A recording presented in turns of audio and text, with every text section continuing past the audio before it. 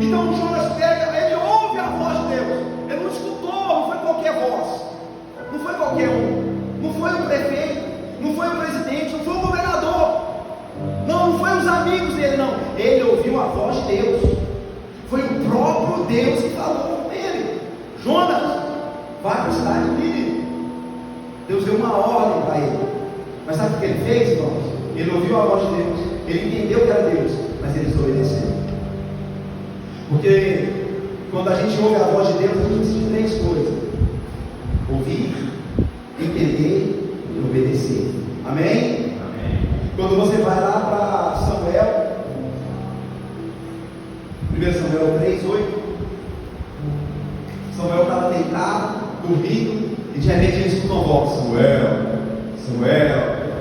E aí o que Samuel fez? Samuel levantou e foi até ele. Olha, você está me chamando? E ele estava lá roncando, né, babando, nada, aquela coisa toda. E ele acorda: ô menino, o que é isso? O que é isso, menino? Vai dormir, não te chama não. E aí Samuel volta para a cama de novo: Samuel, Samuel. Porque a voz de Deus é como voz de muitas águas, né? Não tem sempre uma voz mais grossa: Samuel, Samuel. E aí Samuel de novo voltou até ele: Eli, você está me chamando? Aí ele: não, Samuel, não estou te chamando, não, você está nem dormindo. Mas só que, irmãos, Eli um dia ele ouviu a voz de Deus. E quem ouve a voz de Deus nunca esquece. Vocês estão comigo? Ele, embora não estava mais ouvindo, porque ele se perdeu, seus filhos se perderam. Mas um dia ele ouviu. E ele sabia que Deus fala. Porque Deus fala com a sua igreja. Deus fala com você, amém, queridos?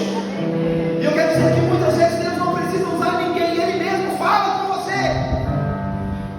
E ali então, Ele instruiu Samuel: Samuel, quando você ouvir essa voz, você vai dizer: eis-me aqui, teu servo te ouve.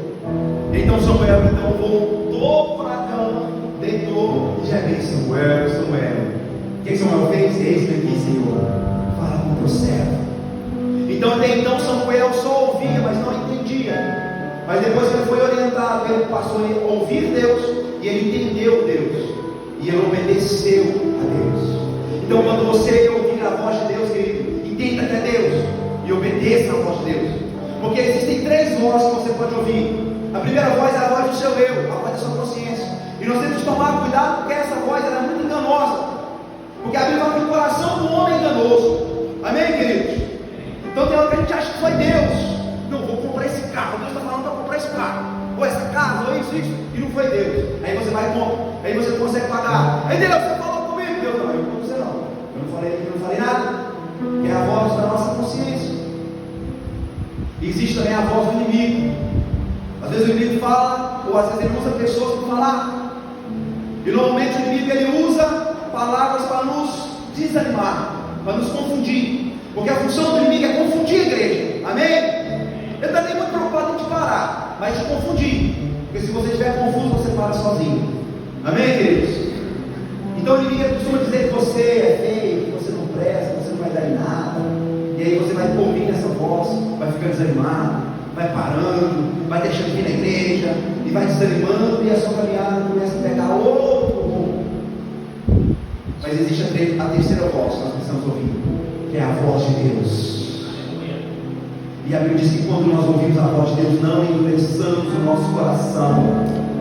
Querido, quando você ouvir a voz de Deus, diga para ele: eis-me aqui, Senhor. Eis-me aqui, Senhor. E o Senhor nesses dias Ele está falando com a igreja. Nós estamos passando por um momento de guerra em Israel. Isso é Deus falando com a igreja, irmãos. No Brasil nunca teve tsunami. Isso é Deus falando com a igreja.